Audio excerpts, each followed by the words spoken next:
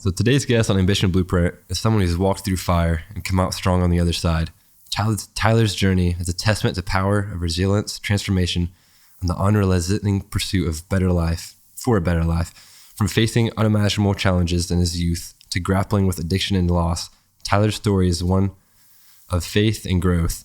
He's the man who turned pain into purpose, using personal development, fitness, and mindset shifts to reclaim his life. Now as a mentor, a leader, an example of grit, Tyler inspires others to overcome the darkest moments and tap into that strength. This conversation is about rising above, finding clarity, and channeling into triumph. Let's dive into this incredible story of Tyler. Welcome to the show, Tyler. I appreciate it, man. Thanks for having me. So looking back on the experience that shaped you, losing loved ones, facing addiction, growing up fast, how do you think those moments rewired your brain to push forward? Oh, man. You mean from like overcoming those things? Just overcoming it all. Like how'd that shape you into who you are today? Man, so many different ways. I think, you take the Grand Canyon, for example, like a river over time shapes and molds rock, stone, one of the hardest things. I mean, it's just all of those experiences in life from as far back as I can remember have shaped and molded who I am today, and I think a lot of times we can want to run away from the adversity, run away from the trials, when it's not until we have gone through a bunch of those trials that we start to realize that those are the things that are actually shaping us. And we are who we are because we have overcome those things. When you're in those like dark moments, what helps you like keep pushing through, like fighting your mind? Man, a big thing is going to be my faith. There was a super impactful moment that, and we can talk more about that later, but in jail here in Allen County lockup, not far from here, the night I got my DUI was like the night that I finally surrendered. And, the cell they put me in was full. So they gave me a little green mat to lay on the floor. And like that moment of surrender of like, oh, okay, God, here I am. Just like every other chump that only comes to you when he needs you. But if you can help me get through this, because I don't know how I got here.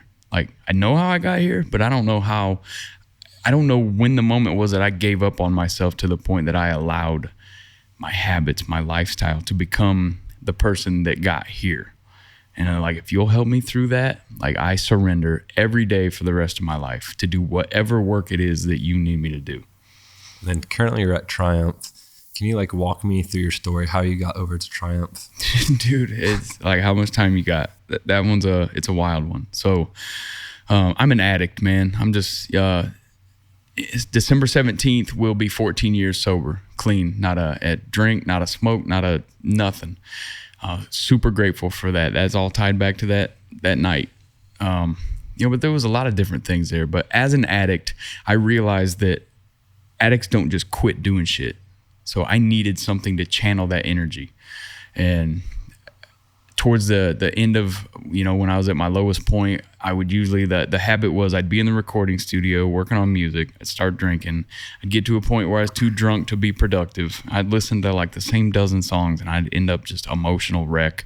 And then I'd wander up to the kitchen and eat any damn thing I could get my hands on. And I would sit down, and that's back when P90X, the at-home fitness workout, had an infomercial.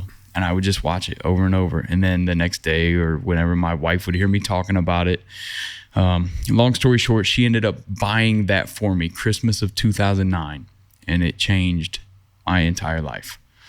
It was about 6 months later. I tried twice and quit until one day I just finally was like, you know what? I've had enough of this shit. Like I can't keep living the way I'm living. And I keep being pulled towards alcohol. I need to do something with all this energy. So I came home from work that night, started on a Monday, and I've never stopped since. And that has introduced me to a fitness community. And then when I was in mortgage lending, the founders of Triumph, Karina, walked in soliciting for their Allstate agency that her and Justin owned. And we struck up a conversation, and I ended up getting them going on P90X. She was like, you should meet my husband. And I was like, hell yeah, I should. And, we hit it off, and we've been good friends ever since. And, you know, that just kind of led, you know, I was at Sweetwater in sales when he called me one day and he was like, hey, I got an idea. You want to sell me a bunch of music shit, like a bunch of equipment? Yes. And then I was like, tell me more about that.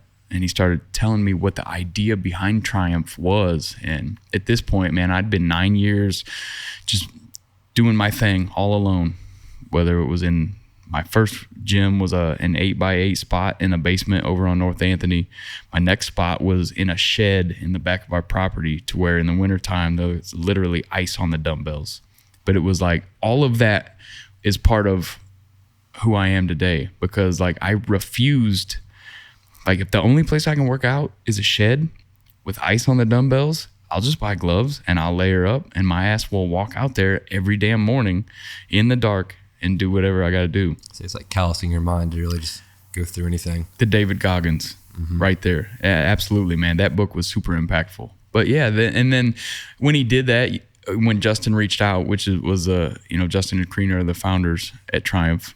And he was like, you know, I said, are you going to need trainers? And he was like, yeah. And I was like, man, let me know when there's auditions or whatever. And yeah, there's a warehouse over off of Berry Street. I'll never forget, my audition was on a bike that was sitting on a pallet while 3 people sat on beanbag chairs and watched me ride a bike and then shadow box. And, you know, here we are. What piece of advice would you give to somebody who's in that dark moment, and for them to just callous their mind and just use their internal resources to like push through everything?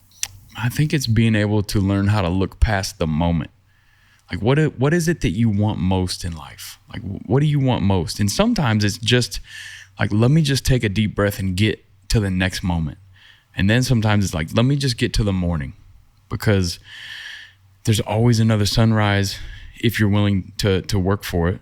I mean, and on the flip side of that, like tomorrow's never guaranteed. So like, don't be the one that takes you out. Like, don't give up on yourself. Like, especially when there are so many blessings out there, man. I mean, every time we see a storm, it can be easy to fall into that mindset of like, well, it's a gloomy day. Well, the thing that sometimes we forget is just beyond that storm cloud, the sun's still shining. Like, it's still shining out there. There might be a situation or a cloud blocking our way, and we focus on that. And I think you have to learn to look past the situation that's happening right now. So you've mentally calloused yourself to overcome struggles. How do you balance being tough and resilient while still allowing yourself to feel emotions and process them? Man, it's a good question. It's a really good question. I do have to lean into what we've built over at Triumph and some of my fellow coaches and team members, because I think a lot of times, especially as men, we can have a tendency to just, we just got to take it on the chin. We just got to stuff it down. But that was part of what led me to a place of addiction, because I never dealt with emotions. So I did start to learn how to peel back those layers. And one of the things that we focus on at Triumph is, like, Kristen coined the catchphrase that she got from her mom, you know, when her mom passed, and it's, we can do hard things. Like, we do hard things. Like, that's part of what we are supposed to do. Like, the human experience is to do some hard things. And you get stronger, you callous that mind by doing hard shit. Like, I'll take an easy road, yeah. Yeah. I mean, it's like the story that, if you've seen that meme or whatever of the buffalo and the cow, you know, those two animals can both sense when a storm's coming, and they both do two opposite things. The cow will turn away from the storm and run from it, thinking it's going to improve its situation by getting away from the storm. But what actually happens is it stays in the storm longer because it's running with the storm. So it just suffers longer. Like, doesn't even the struggle. Yeah. Just good. Kicking their own ass for no reason, because they're trying to, out of fear, running away. And the storm's going to get you anyway. You're not going to outrun the storm. Where the buffalo does the exact opposite. It senses that the storm is coming, and it will turn directly into that damn thing and run straight through it. Straight through it. But then the thing about, not only do they face that storm sooner, but then they also get to reap the benefits that storm brings. The green grass, the pasture, the clear skies, that much quicker. because they were willing to turn and face that storm and run straight into it. What piece of advice would you wish that you would have known sooner facing all these storms? Man, so many different things. I think one of the biggest ones is stop feeling sorry for yourself. Stop feeling like you're all alone.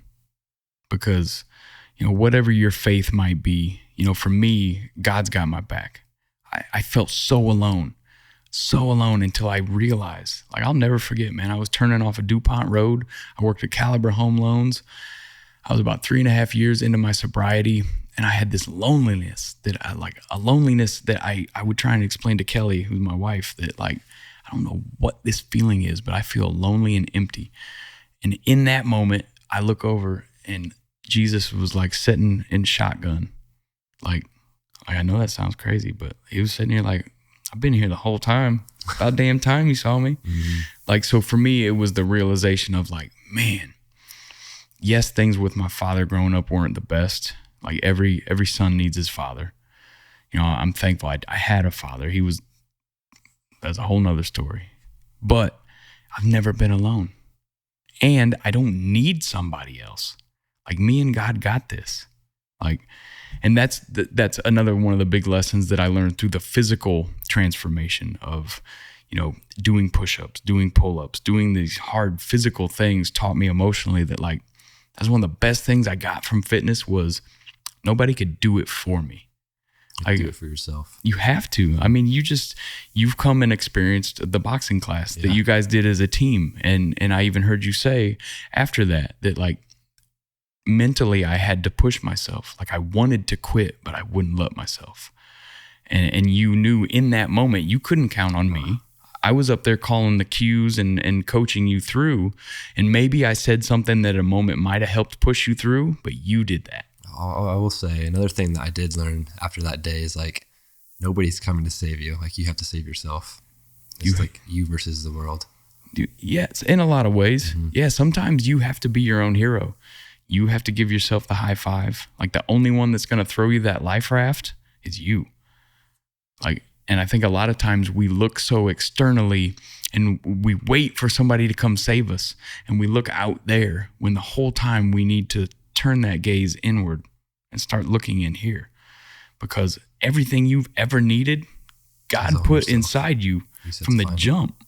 Yeah, we just, as we grow up and situations happen and hard things happen, we get our ass whooped and we start to just succumb to it. It is what it is. I saw something online. It was when you ask God to be strong, he's going to put you through struggles. Yes, exactly. It can keep on going deeper. If you ask for him to be a leader, you're going to be the exact opposite. So you have to go through those moments to become the person who you are. Exactly. Yeah, you pray for patience. He will give you opportunities to be patient. It's crazy how all that stuff works. It's you expect the exact opposite.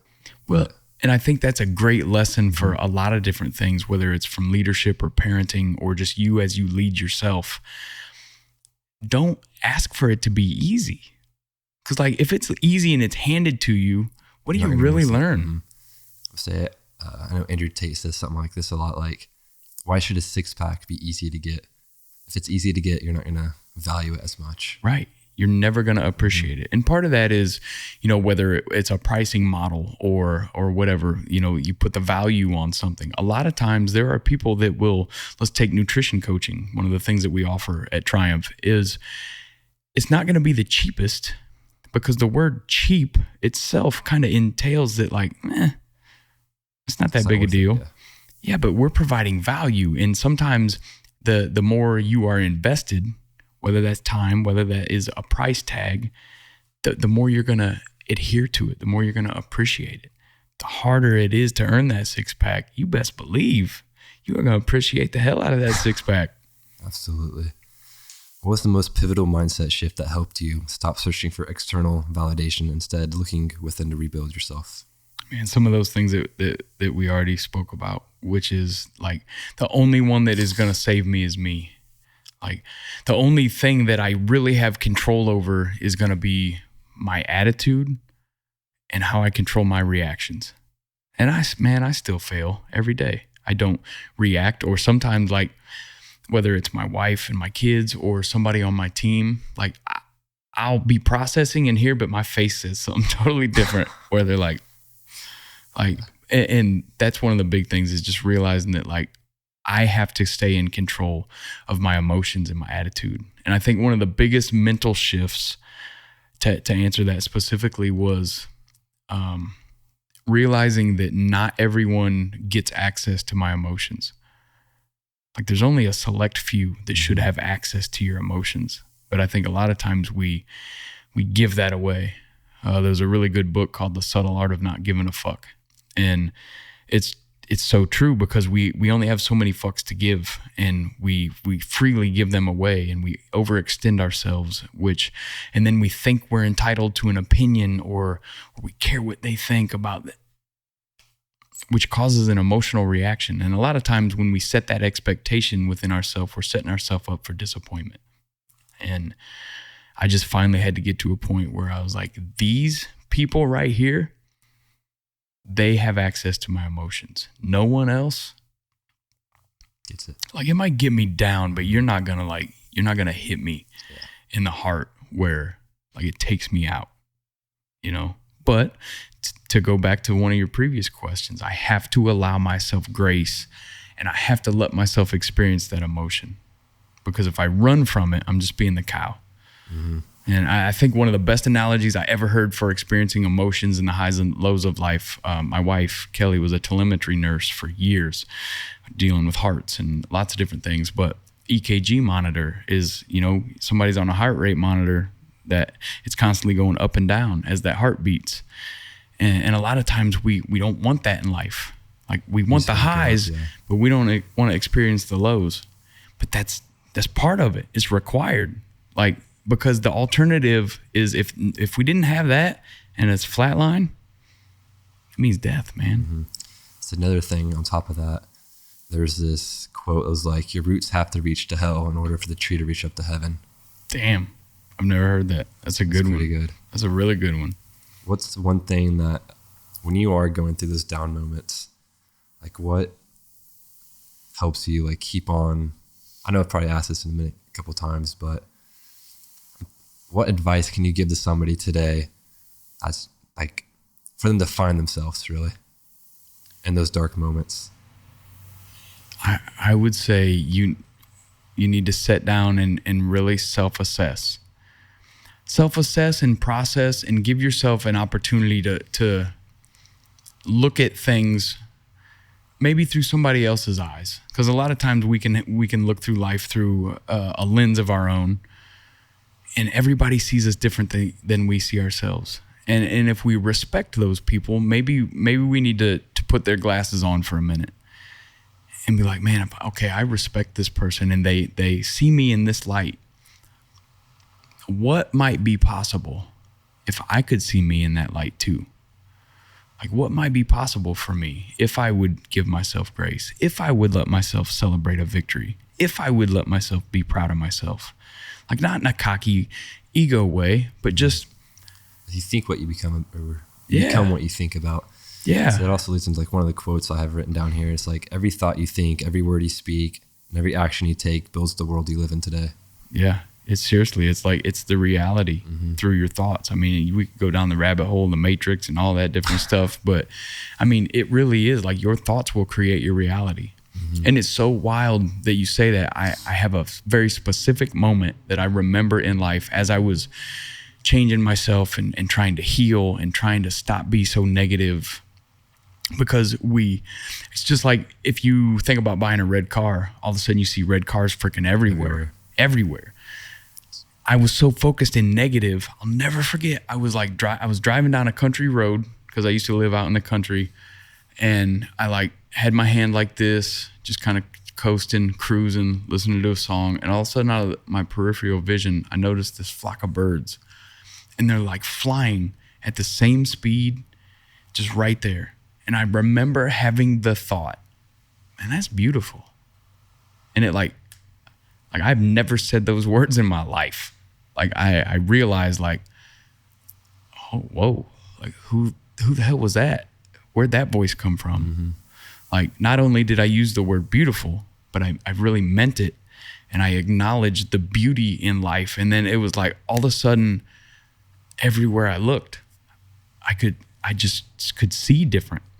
It was wild, man. It was wild. It was like, I would notice the beauty in life, whether that's with a person, a situation, or music, whatever.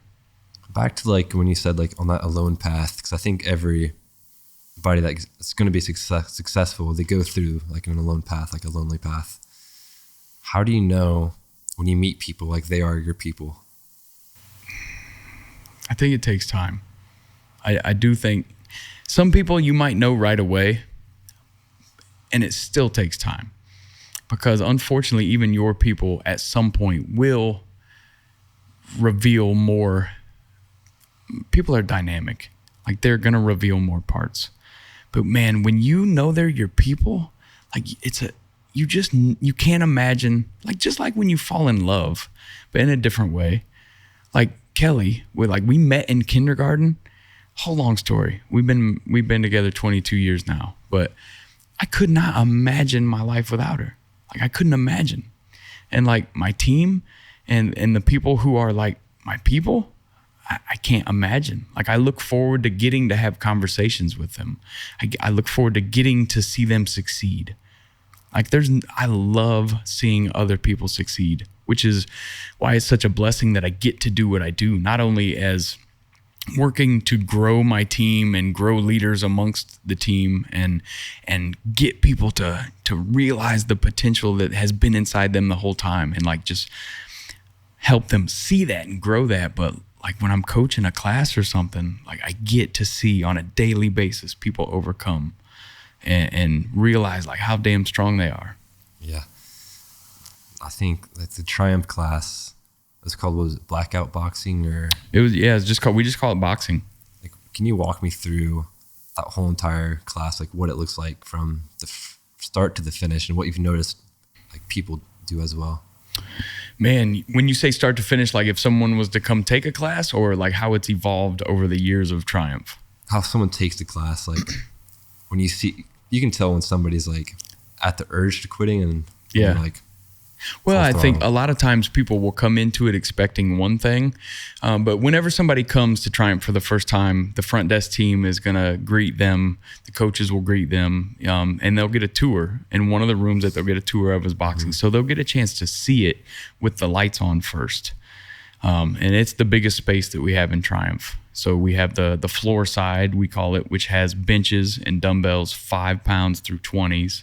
And then we have heavier weights in the back alcove. But then on the bag side, we've got 18 aqua bags that are suspended from chains, about 220 pounds filled with water. So when somebody comes in there, you don't need any experience. We provide gloves if you're a member. And then the only thing you got to buy is a pair of quick wraps that you got when you were there. And it's just to protect yourself, protect the gloves. But when somebody first walks in, they're going to be shown their spot. They're going to have an opportunity to set their towel down, their gloves down, because the coach is always going to go through the 6 punches and whatever defense that we're going to use for that day before we get started. So let's just say you come in there, you're going to find out you're on bag 6. You're going to set yourself under bag 6. You're going to stand there, and then you're going to look over, and the coach is going to be up there under the spotlight. Up on the 4 TVs that we have will be the 6 punches.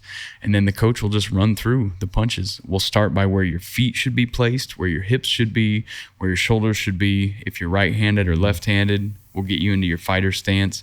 And then you got 2 straight punches. Your jab is your 1, and we'll just, we will demonstrate how to throw that punch, and then right through the 2, and then your 3s and 4s are your hooks, front and back. We'll show you how your body should feel, where your feet should be.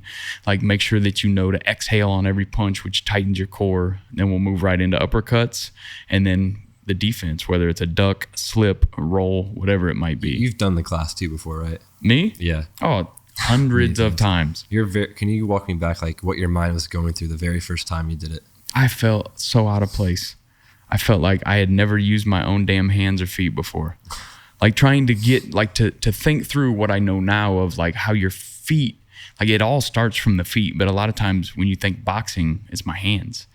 And a lot of times, we will see people where they'll be super planted, like glued to the ground and just moving their hands. And it's just talking through with our words to get them to have the freedom to move. But in the beginning, just like in cycle, man, I felt out of place. I felt awkward. I felt like I didn't belong.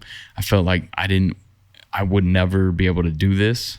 So I think somebody's first, second, maybe third time, it's natural to feel that way, which is so amazing when somebody comes back because you know how they felt. Yeah.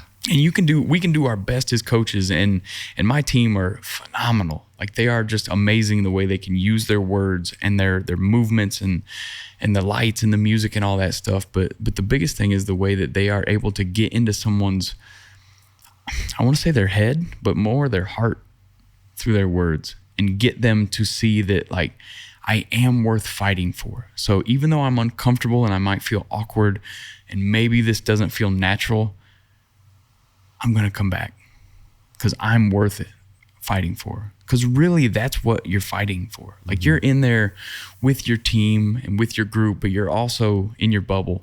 Like, no cell phones are allowed. It's a digital detox. Like, and that is by design. That is very much for a reason. Like, we as adults are so glued to that phone for business, for whatever it is. And that's 55 minutes is what the boxing class is, for you to just focus on you. Feel those feelings, those feelings that we're talking about that a lot of times we want to suppress. Like, it is not out of the ordinary for someone to have tears in their eyes for in a release. And like, sometimes you don't even realize, like, I've been holding that shit around. I've been carrying that for years. Like, you come in here to lift weights, but really what we're trying to get you to do is set that weight down. Like, set that emotional weight down. Like, yes, through our nutrition coaching, and obviously we're a gym, we're going to focus on bettering your health, and you're going to lose physical weight. But I think a lot of times, and that's one of the things that the fitness industry could do a better job all the way around, is focusing on the emotional weight that people will need to put down, because our habits are driven by emotion. And I think a lot of times the fitness industry doesn't always do the best job of speaking to that, because it's, we don't want to go there. We don't want to talk about that shit. Well, yeah, let's talk about that shit, because that's what's keeping us stuck where we're at. And if we don't deal with that shit, like, come in this room, strap on some gloves, and knock that shit out. Like, sometimes that's just, it's what it takes. So what would be the reasoning behind the pitch blacked out? Can you walk me through that too? Yeah, so the original slogan for Triumph is lights off, sweat on. And the reason it connected with me when Justin first told me that, like, yeah, the lights are going to be off, the idea originated, I believe it was Rumble Boxing out of New York. They were kind of one of them that we looked at and was like, oh, damn, we want to do something like that. But the lights being off is because a lot of times people, maybe they think, I shouldn't go to the gym yet because I need to get in better shape to go to the gym because everybody's going to be looking at me. That's why the lights are off. They're not going to look at you. They're not looking at you. It's dark. So, like, the dark lights, just let you set that barrier down, because, okay, they're not looking at me. They can't see me. So everybody's focusing on their self and then what they're going through at that moment. Yeah, because we don't want it to be a barrier that might stop someone who really needs this just because the lights are on. Because, like, you go to the YMCA, not knocking any other gym, but almost every other gym, it's really bright. It's almost surgical bright. You know what I mean? And then you're already feeling self-conscious, and you don't like the way your clothes fit, and oh shit, it was laundry day, so my outfit don't match, whatever it is. We just take all that out. So you can focus on you. What would you say is like the future for Triumph? Man, the future, I definitely see our nutrition program growing a lot. I think we have a lot of opportunity there. Right now there's 6 of us, some of the most talented group of people that I've met with. We've all, not only do they have certifications in different things, but some of them have autoimmune experience, some of them have gut health. But I think we can take the Triumph Nutrition Program virtual. There's no reason that we wouldn't be able to do that anywhere. Plus, with my wife being a nurse practitioner, there's telehealth and there's all kinds of different things that we could explore there. But I also think another location. and then another one. And in the future, franchising is where my mind goes. And a big part of that is because Triumph definitely offers something. There's a ton of amazing gyms out there throughout the country, but we're one of them. And I think there's a lot of other communities that could benefit from what we do. Mm-hmm. From another thing that Kristen coined at one point that we all say now is mindset training camp. Like, in a lot of ways, like, yes, you're going to get a hell of a workout, one of the best you'll ever get. But not just that, but we're going to get in your head and we're going to teach you how strong you are. Mindset training camp is a big thing that I think can heal a lot of other communities. I will also, with the Triumph thing, one thing I also noticed about it is when you do push yourself past those barriers, the benefit of going every day, because something Alex Hormozzi also says is like, if you do something every single day, you're just going to keep stacking those days and it's going to build confidence in yourself again. Yeah. Yeah. Because you're proving to yourself that, oh, I can do this. Because a lot of times I'll hear it, because our 5 a.m. crew, 5 and 6 a.m., they are a special group, man. Yeah. They're crazy. They're amazing. Like, their energy is just like, all the groups are amazing, but they just have this special thing because they know that, like, I'm going to get up at 4 a.m. Like, if I get up at 4 a.m., you can do anything. I'm going to give 100%. Like, there ain't shit I can't do. Like, you tell me I can't do it, watch me. And another thing that I've heard with that group specifically, and I know it goes for all of them, but it's, they show up at 5 a.m. They all come from different walks of life. They all have different professions, different beliefs, political, religion, whatever it might be. It doesn't matter. It doesn't matter. They're all, like, I watch people that would never have spoken before high five each other and root each other on. Like, I've heard it from lips through doing interviews with certain members, but like, we have some who might be, detectives. We might have some who might have a past or whatever. It doesn't matter. None of it matters. They just are there to support each other. And I think that's one of the coolest things. So for Triumph, do you think that, what's the meaning of Triumph? Man, I think a lot of it, it can mean something different to everybody. I mean, it started out as like through music and movement, we triumph together. Mm-hmm. But recently, Karina, another one of the founders, had said, and we just made a sweatshirt that says this, but like turn trials into triumphs. I think the more we go through, the more we realize that, like, it's a place where we can take those trials that we've been through and turn them into triumphs. Again, I think for me, it's in a lot of ways what it means. And the phrase, I mean, it's just, there's so many different things. But I think triumph it's a sanctuary, man. I mean, it's a beacon of light up on the hill for people who don't know where to go. And I think from the outside, because I've heard it, and it's intimidating. Like, a lot of us, we're all black. Like, that's just normal dress. And the workouts are hard, and it's real. But I think people are also sometimes pleasantly surprised when they walk through the front door. And sometimes we know your name before you've even been there, because we as a team strive to do that. We see a first-timer sign up, and everyone that comes for their first time gets a handmade card that is decorated by the front desk team. And these ladies, like, these guys, these team, like, they go, it's amazing. Like, they don't hold back anything. Like, some of the cards, like, you'd be amazed. We have a filing system where they have cards made 3 weeks in advance. Like, for milestones, we celebrate birthdays, everything. But when you come for that first time, you get a card with your name on it. And, like, I know it sounds silly, but, like, we want to get to know you. Mm-hmm. Like, that's one of the biggest things that I would realize that we are. We are a community first and foremost, a supportive community that's got each other's back. I know one thing, like, with Triumph too, is that how quick and crazy it is when it, like, shifts your mindset of, like, okay, I'm going to do anything. Like, I don't need, or the world doesn't need saving, I need saving. And it's going to set you up for success to really push through any barrier throughout the day after you go to the class. Yeah. Yeah, definitely. I mean, at 5 a.m., if you can go and do that, what's going to stop you that day? Like, you've already done the hardest damn thing you're going to do by 6 a.m. How do you like deal with failure? Man, I look at failure as it's a lesson. Like, I either, I win or I learn. It's a fail if I say it's a fail. Like, I remember that was one of the good lessons that my dad gave me. Growing up, he owned a trucking company, and I worked in the truck garage. I mean, I started cleaning toilets, degreasing motors, and worked my way up. But one of the things that when I would screw something up, because I always did, was I was getting down on myself. And he was like, "No, knock that off." He's like, "It's only a failure, and it's only a mistake if you repeat it. If you do it once, it's a lesson. If you do it twice, it's a mistake. And that we're going to count as a fail."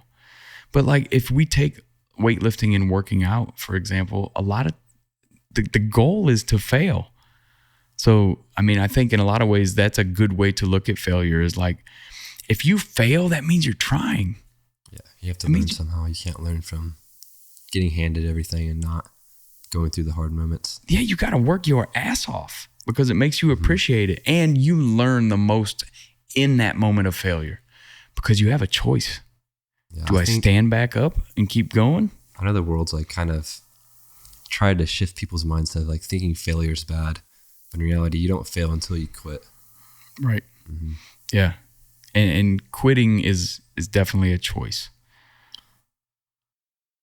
I know one thing for somebody just starting out on their journey of entrepreneurship or anything, what's one piece of advice that you've learned that you'd want to give to somebody today? I mean, kind of piggyback off of what you just said, just don't quit.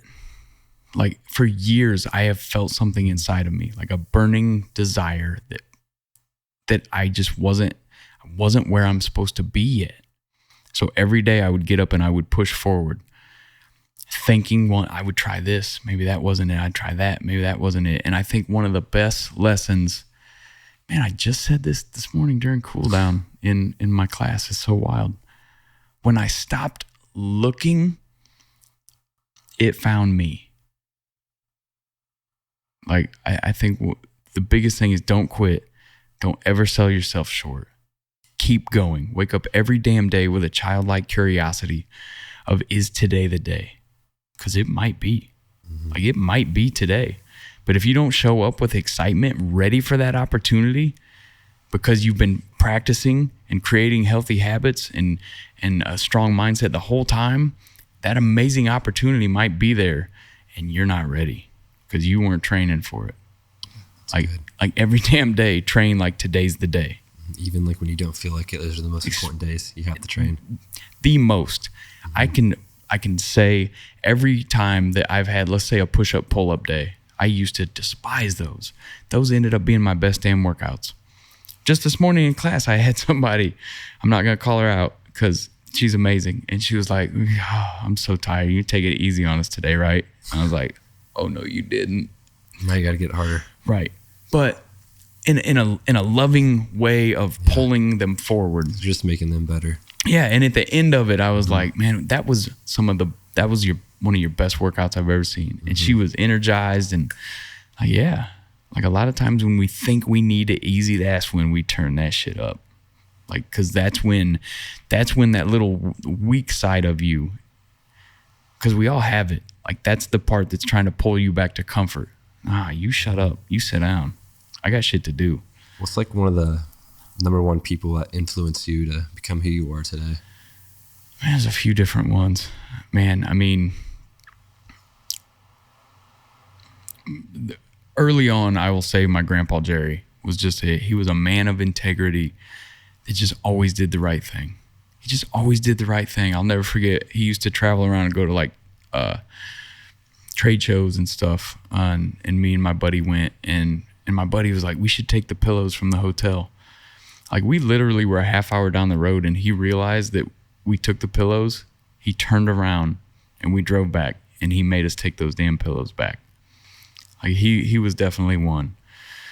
My dad, I didn't understand it at the time. There were he spoke to me sometimes in ways that just hurt. Like, he was kind of he was a biker, outlaw, truck driving, just rough around the edges. But what I didn't understand at that time was he was breaking me down because I needed broke down so that he could build me back up. I mean, everything we've just talked about was what he did for me through ages of like 16 through 21. I just didn't appreciate it in the time because I didn't understand that he was beating me down so that I could be strong enough to endure what life had ahead. I think one of the biggest blessings that really anybody can have is like having a hard life from the start, because the world doesn't get harder, you just get stronger. Right. And that's like, in no way do I want to make it sound like I had some kind of tough, like I didn't want for anything. I mean, we were okay. We didn't have no big house, but we had a Christmas. We had so in no way did I have I didn't want for anything. Almost every one of the trials later on in life, I did that to myself from making really stupid ass choices. So, I mean, that was a part of it. I mean, yes, my parents split when I was 3 and it wasn't ideal. I mean, yes, there were times when it was Friday night and we were supposed to go to my dad's for the weekend, and me and my brother would be standing at the front door with our bag packed and nobody showed up. That shit, but that happens to how many people? Mm-hmm. But all of that was for a reason. It helped me be who you are today. Yeah. Yeah. It's hard to see it in the moment, but when you get older, took me a long time. You're glad for it. Took me a very long time to be able to shift that. And there has been lots of different, mentors that have helped. Justin Harkleroad is one of them. Greg Thomas is another one of them. I have some really good family. My cousin Justin, my brother. That everybody plays a role. My mom. Everybody has played a role in forming me into who I am today. And then I could go on and on. Like the people on my team now are just some of the coolest, strongest, most talented people that I've ever got an opportunity to be around. So I'm super thankful that every day someone inspires me. Before we get off here, if there's one book that you would recommend somebody who's at that rock bottom that changed you as well, what book would you recommend for them to start reading or just to take a look into? I'm going to say 2 because obviously the one is the Bible. You need to read the Bible. If there's ever been an instruction manual for life, it's that. But the other one would be Loving What Is by Byron Katie. Can you walk me through that a little brief summary? So Loving What Is, she was around 44 or something when she had her mental awakening or whatever and wrote this. But so there's a program that Justin Harkleroad turned me on to called Warrior that was started by Garrett J. White. And I've been a part of that since January 4th, 2001. And that's on the premise of every day we have to focus on body, being, balance, and business. Mm-hmm. In all 4 areas, need, focus, and push forward. And one of those things that we do is called stacking. It's kind of like a form of journaling, but the stack asks very specific questions of you, and it all was off of the book Loving What Is.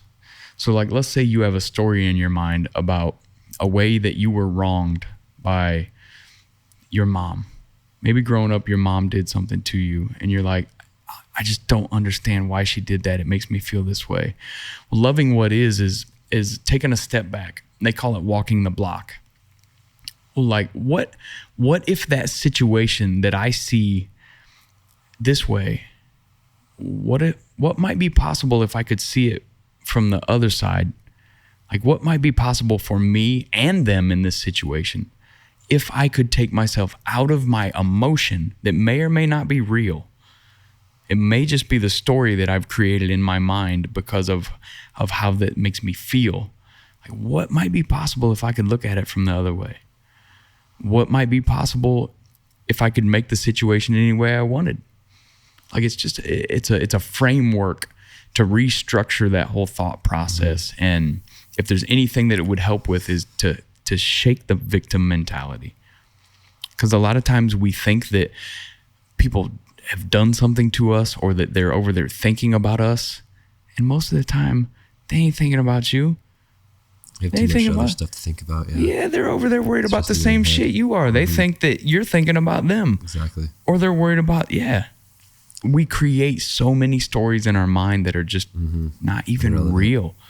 And then we base big decisions off of those emotions rather than just pausing and being like, what might be possible if?